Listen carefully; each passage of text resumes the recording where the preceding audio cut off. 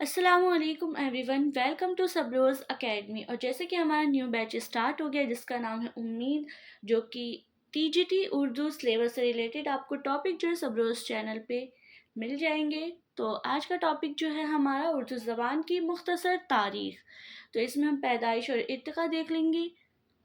اردو زبان کی تعریف کو سمجھنے کے لیے ہمیں جنوبی ایشیا کی تاریخ کے پس منظر میں دیکھنا ہوگا۔ اردو زبان کا آغاز جو تقریباً 12ویں اور 13ویں صدی عیسوی میں ہوا، جب مسلمان فاتحین اور تاجر برصغیر میں داخل ہوئے۔ یہ زبان عربی، فارسی، ترکی اور مقامی بولیوں کے میل جول سے وجود میں آئی۔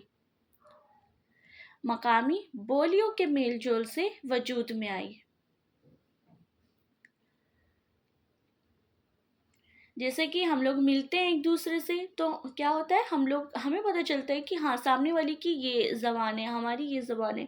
تو یہی اس میں بتایا گیا ہے کہ یہ زبان جو ہے عربی، فارسی، ترکی اور مقامی بولیوں کے میل جول سے وجود میں آئی۔ کب؟ جب مسلمان فاتحین کی آمد ہوئی۔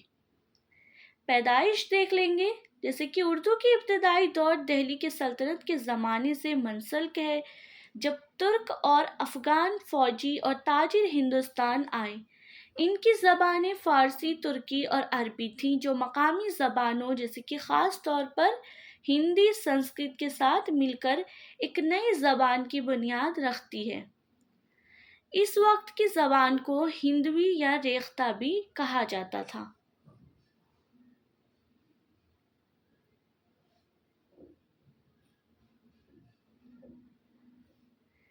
ارتقاء۔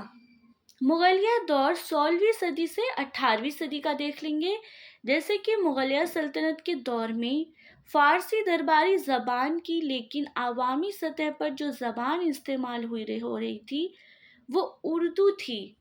مغل دربار میں اردو کو مزید فروغ ملا اور اسے مختلف شعری اصناف جیسے غزل، قصیدہ میں استعمال کیا گیا۔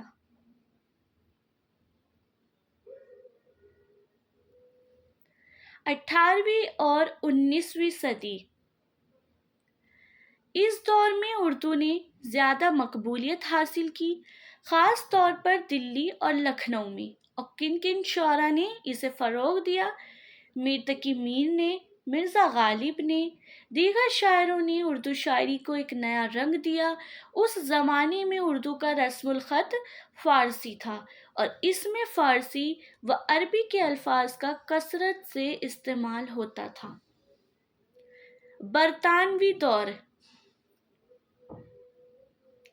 انگریزوں کے دور میں اردو کو اور ہندی کو الگ الگ زبانوں کے طور پر فروغ دیا گیا۔ اردو میں مسلم معاشرت میں اپنی جگہ مضبوط کی، یعنی کہ اردو میں جو ہے مسلم معاشرت کے لوگوں نے جگہ مضبوط کی، اور ہندی کی جو بھاشا تھی اس کے لیے ہندو کے درمیان مقبول ہوئی۔ تو 1837 میں اردو کو شمالی ہندوستان کی سرکاری زبان بنا دیا گیا۔ جدید دور۔ آج اردو جو ہے دنیا بھر میں تقریباً 70 ملین لوگوں کے مادری زبان ہے۔ جیسے کہ ہم سب جانتے ہیں کہ اب جو ہے اردو اتنی تیزی سے آگے بڑھ رہی ہے، بہت زیادہ۔ تو یہ جو پاکستان کی قومی زبانیں ہندوستان میں بھی اردو اہم زبانوں میں شمار ہوتی ہیں، خاص طور پر اتر پردیش، دلی اور کشمیر میں۔ اردو ادب، شاعری اور فلموں نے دنیا بھر میں اسے مقبول بنایا۔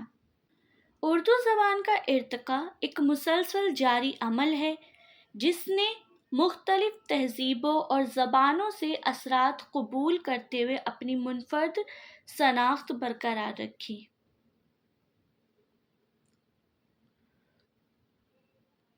اردو کا ادبی ورثہ۔ اردو زبان میں ادب کا ایک بہت وسیع اور گہرا ذخیرہ ہے جو شاعری، نثر، داستان اور افسانے پر مبنی ہے۔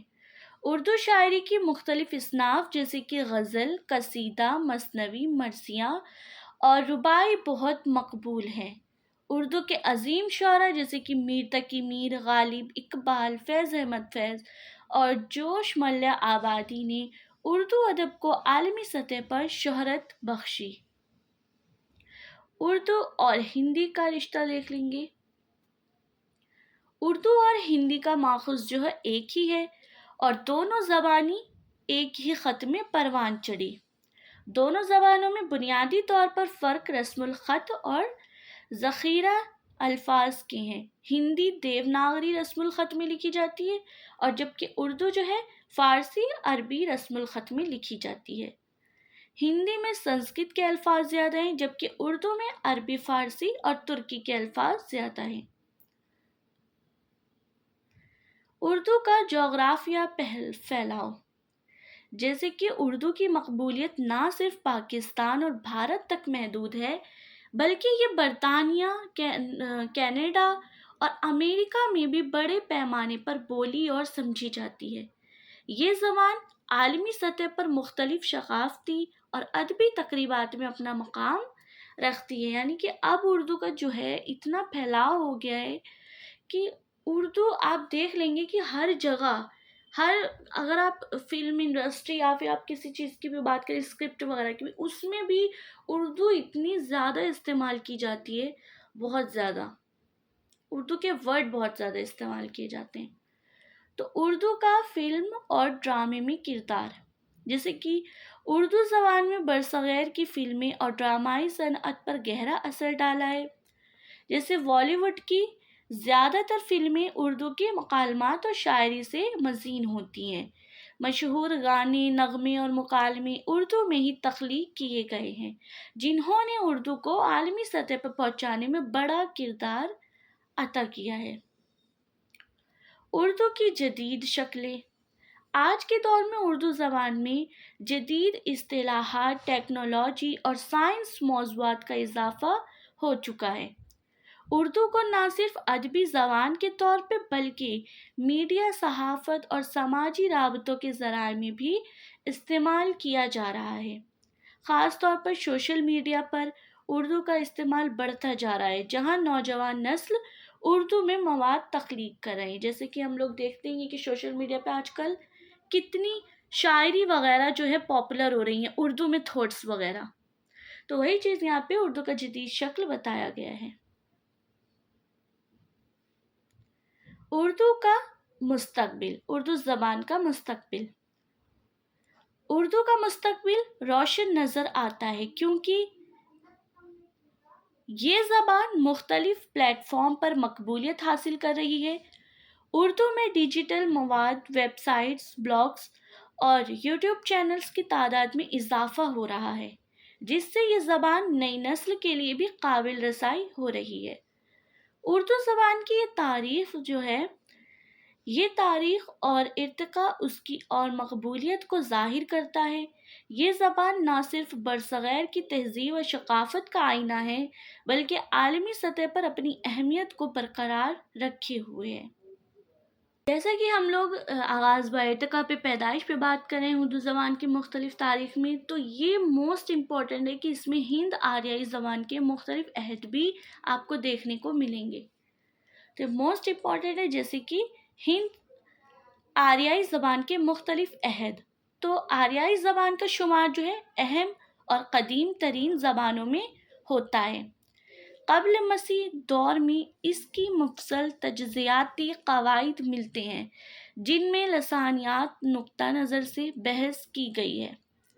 ہند آریائی ہندوستان میں آریوں کے ساتھ آئی اور ہندوستان میں آریہ گروہوں میں متعدد بار آئی اور وہاں کے مقامی باشندے دراوڑوں کو ڈھکیل کر آباد ہوتے رہے. دراوڑ جنوبی ہند میں جا کر آباد ہو گئے جبکہ آریہ نسل کے لوگ شمالی ہندوستان میں پھیل گئے اور وہیں ان کی زبان پھلنے پھولنے لگی. ماہرین لسانیات میں اس زبان کی ترقی کے مدارج بتائے ہیں جو اس طرح ہیں، جیسے کہ قدیم ہند آریائی، وسطی ہند آریائی اور جدید ہند آریائی. قدیم ہند آریائی جو کہ ایک تفصیلات سے بحث کرتے ہوئے علماء لسان کے درمیان کافی اختلاف پایا جاتا ہے. مختلف علماء کے نظریات کا تجزیہ کرنے کے بعد ڈاکٹر سدیشور ورما نے قدیم ہند آریائی کو 5 منزلوں میں تقسیم کیا.